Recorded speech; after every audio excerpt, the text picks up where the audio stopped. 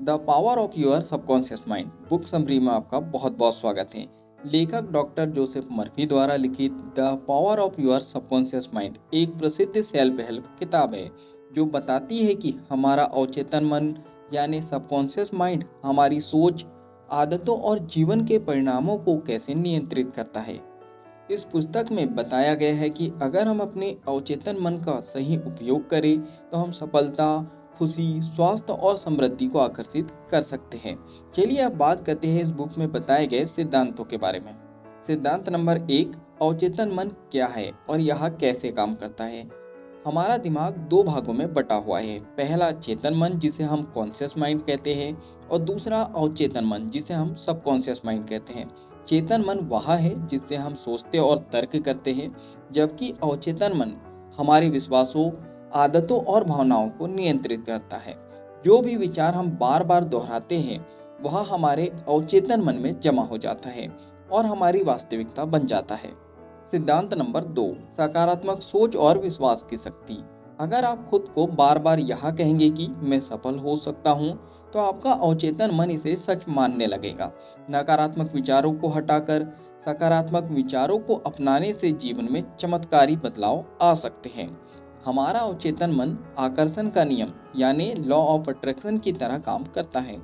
हम जिस भी चीज पर ध्यान केंद्रित करते हैं वही हमारी जिंदगी में आकर्षित होती है। सिद्धांत नंबर 3, स्वस्थ शरीर के लिए अवचेतन मन का उपयोग।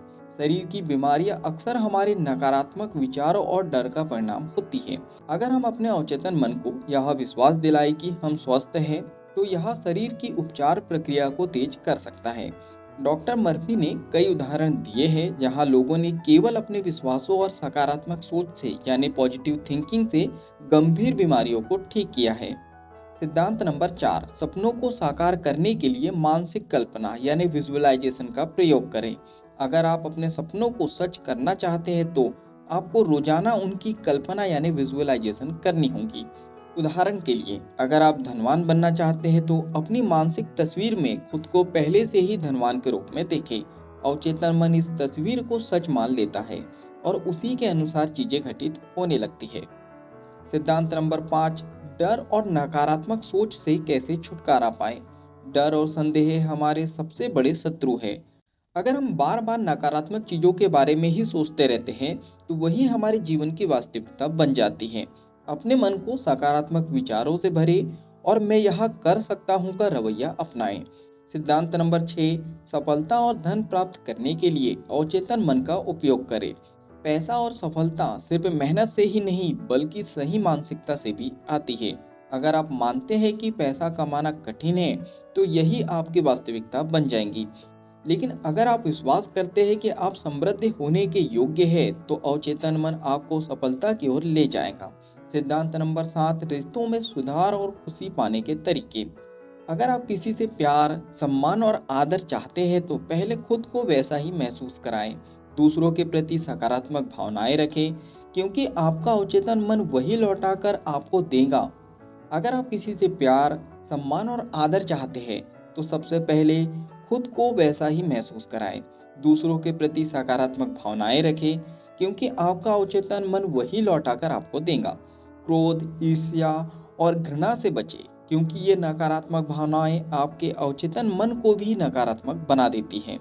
सिद्धांत नंबर 8, प्रार्थना और ध्यान का महत्व। प्रार्थना और ध्यान हमारे अवचेतन मन से संपर्क करने के सबसे प्रभावी तरीके हैं। जब हम किसी चीज के लिए सच्चे मन से प्रार्थना करते हैं तो अवचेतन मन इसे स्वीकार कर लेता है और हमारी इच्छाओं को पूरी करने के लिए काम करने लगता है। फाइनली इस बुक के निष्कर्ष पर हम लोग पहुंच चुके हैं। अब हम बात करते हैं कि इस बुक से हमको क्या सीखने को मिलेगा। नंबर 1, हमारे विचार हमारी वास्तविकता बनाते हैं, इसलिए हमें हमेशा सकारात्मक सोचना चाहिए। नंबर 2, अवचेतन मन किसी भी आदेश को स्वीकार कर लेता है, इसलिए हमें अपने शब्दों और विचारों पर ध्यान देना चाहिए। नंबर 3, डर, संदेह और नकारात्मकता से बचें क्योंकि वे हमारी सफलता और खुशी के सबसे बड़े दुश्मन हैं। नंबर 4, ध्यान, प्रार्थना और विजुअलाइजेशन से हम अपनी इच्छाओं को पूरा कर सकते हैं। अगर हम इस पुस्तक में दिए गए सिद्धांतों को अपने जीवन में अपनाएं तो हम सफलता, समृद्धि, स्वास्थ्य और खुशियों से भरपूर जीवन जी सकते हैं। आप इस पुस्तक की कौन सी सीख को अपनी ज़िंदगी में लागू करना चाहते हैं, ये कमेंट्स में आप बता सकते हो।